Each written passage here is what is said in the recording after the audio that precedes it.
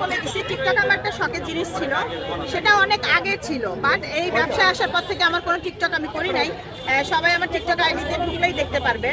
তো এইটা নিয়ে আমার কোনো কথা না বলাই মনে হয় যে ভালো। হ্যাঁ, কেউ যদি কোনো কথা না বলে, কোনো বাজে কমেন্ট না করে, কারণ একটা মানুষ যখন অবসর সময় কাটায় তখন সে ভালো লাগার জন্য অনেক কিছুই করে। তো আমিও করছি শখের বসে টিকটক। এখন আমি যেহেতু বিজনেস করতেছি, হ্যাঁ, ছোট হোক আর বড় হোক, বিজনেস তো বিজনেসই। তো যেহেতু বিজনেস করতেছি, আমার কেক বানাইতে বানাইতে দিন রাত চলে যায়। আমি কখন টিকটক করবো বলে? আর কি কখনো করা হবে টিকটক? আমি আর কখনো আমার কেকের সব টিকটক যাবে, শুধু আমার কেকের ছবি, আমার কেকের সব ভিডিও যাবে টিকটকে। আপু, ভাইরাল হলেই অনেক আলোচনা থাকে, সমালোচনা থাকে, অনেক সমালোচনা আপনার এই কেক নিয়ে, একটু বলবেন?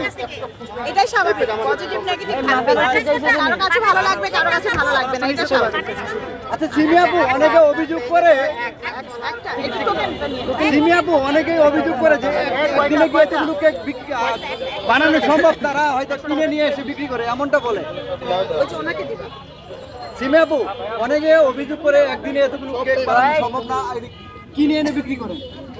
এরকম প্রমাণ দেওয়া হয়েছে আমি কিনি আর কিনে এনে বিক্রি করি নাকি নিজে বানাই বিক্রি করি, এরকম প্রমাণ দেওয়া আছে। আমি লাইভে থেকেও কেক বানাই, লাইভে থেকেও কেক বিক্রি করি, এবং এরকম অনেক ভিডিও দেওয়া হয়ে গেছে।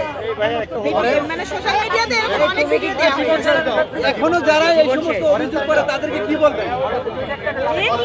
এখনো এই সমস্ত অভিযোগ যারা করে তাদেরকে কি বলবেন? অভিযোগ করে এত প্রমাণ দেওয়ার পরেও, তাহলে তো তাদেরকে আমার কিছু বলার নাই। তার নিজস্ব মতামত করতেই পারে, কিন্তু আমি তো আমার প্রমাণ দিয়ে দিচ্ছি।